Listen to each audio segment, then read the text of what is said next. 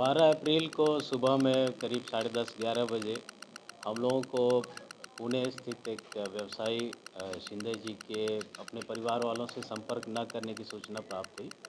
परिवार वालों के द्वारा ये बताया गया कि 11 तारीख को रात्रि में ये पटना एयरपोर्ट उतरे थे और उसके बाद से उनसे संपर्क रात में एक बार हुआ था, उसके बाद से संपर्क नहीं हो पा रहा है। इस पर हम लोगों ने तत्काल हवाई अड्डा में एक सनहा दर्ज करते हुए अग्रतर कार्रवाई की, जिसमें सेंट्रल एसपी के नेतृत्व में एक टीम का गठन किया गया, जिसमें एसडीपीओ सचिवालय 1, एयरपोर्ट थाना के थानाध्यक्ष और टेक्निकल टीम को लगाया गया और पुणे की पुलिस, महाराष्ट्र पुलिस के साथ समन्वय स्थापित करते हुए इस मिसिंग केस की जांच को आगे बढ़ाया गया। लेकिन एक समय के बाद फिर हमें लगा कि ये किडनैपिंग का ही केस उचित प्रतीत हो रहा है, इसमें अनुसंधान करना, तो तत्काल उसमें प्राथमिकी दर्ज करके हवाई अड्डा में अग्रतर अनुसंधान प्रारंभ किया गया।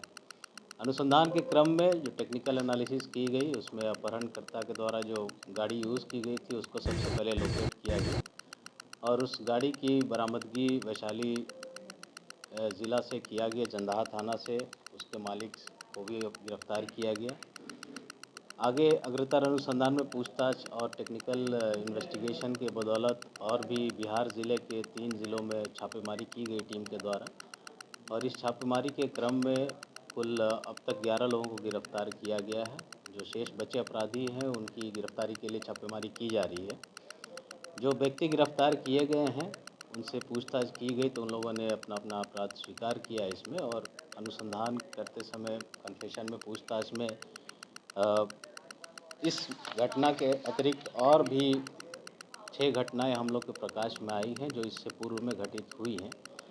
इन लोगों का जो मॉडस ऑपरेंडाई है वो बिजनेसमैन को फ़ोन पे, मेल के द्वारा पहले ये प्रलोभन देते हैं, बिज़नेस करने के लिए यहाँ पर बुलाते हैं, बेसिकली स्क्रैप डीलिंग और उस तरह की मेटल से रिलेटेड बिज़नेस को लेकर। और जो व्यवसायी इनके झांसे में आते हैं उनको यहाँ बुलाते हैं पटना में और एयरपोर्ट से ही उनको किडनैप करके ले जाते हैं। फिर यूपीआई के माध्यम से या अन्य माध्यमों से उनके द्वारा पैसा एक्सटॉर्ट करते हैं, पैसा अपने अकाउंट्स में ट्रांसफ़र करते हैं या एटीएम के द्वारा उनको उसकी निकासी करके फिर व्यवसायियों को छोड़ दिया जाता था। पूर्व में घटित घटनाओं के संबंध में हम लोगों ने इन्वेस्टिगेशन के दौरान जो भी हमें पता चला उन सभी व्यक्तियों से संपर्क किया गया है।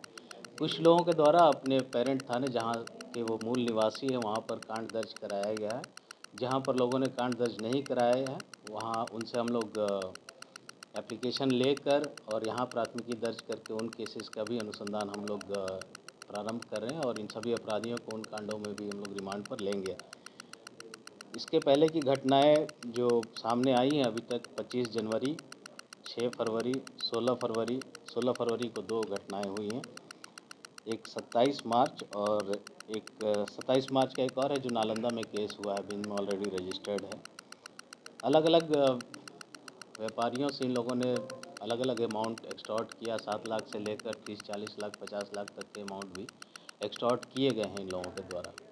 इनका मुख्य सरगना जो पहले से इस स्क्रैप के कारोबार में रह चुका है, उसका अनुभव है इस धंधे के बारे में, जिसके बदौलत वो झांसा देकर लोगों को बुलाया करता था। उसकी गिरफ्तारी भी हुई है, उसके पूछताछ में कई अहम सुराग भी हाथ लगे हैं। उनकी सारी संपत्ति की डिटेल्स इत्यादि हम लोग खंगाल रहे हैं और आगे इन पर कड़ी से कड़ी कार्रवाई की जाएगी।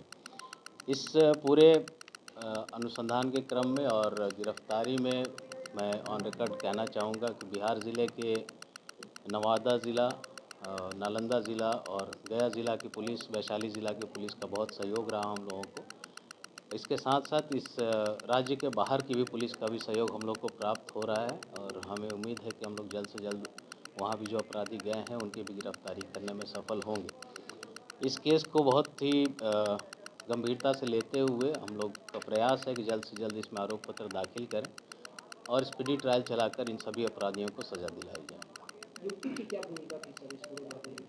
युक्ति की क्या भूमिका थी जिसकी गिरफ्तारी हुई है? कुछ लोग हैं जो इस पूरे घटनाक्रम में मेन भूमिका में हैं, बुलाने से लेकर पैसा एक्सटॉर्ट करने में, और कुछ ऐसे लोग हैं जो अपराधी को प्रश्रय देने में हैं या उनको हेल्प करने में, अलग तरह से हेल्प करने में। तो कहीं ना कहीं कुछ ना कुछ भूमिका सभी की है, जिसके कारण जितने लोग गिरफ्तार हुए हैं सभी को हम लोग आगे अग्रसारित कर रहे हैं, जेल भेज रहे हैं। कितने रुपए का लेन देन हुआ था? अभी ट्रांजैक्शन बहुत ज़्यादा नहीं, इसमें 40-50 हज़ार के अराउंड, 90,000 के अराउंड का ट्रांजैक्शन ये लोग कर पाए थे। और इसी में जो पूछताछ में बताया कि और पैसा एक्सटॉर्ट करना चाह रहे थे सब, कुछ पासवर्ड वगैरह की डिमांड कर रहे थे लोग, जिसके कारण थोड़ी सख्ती से किया और उन लोगों ने अंततः हत्या कर दी। इसमें एक्सटॉर्शन के लिए ही उनकी हत्या कर दी और जहानाबाद में घोसी में वहाँ पे जाकर बॉडी को डंप किया।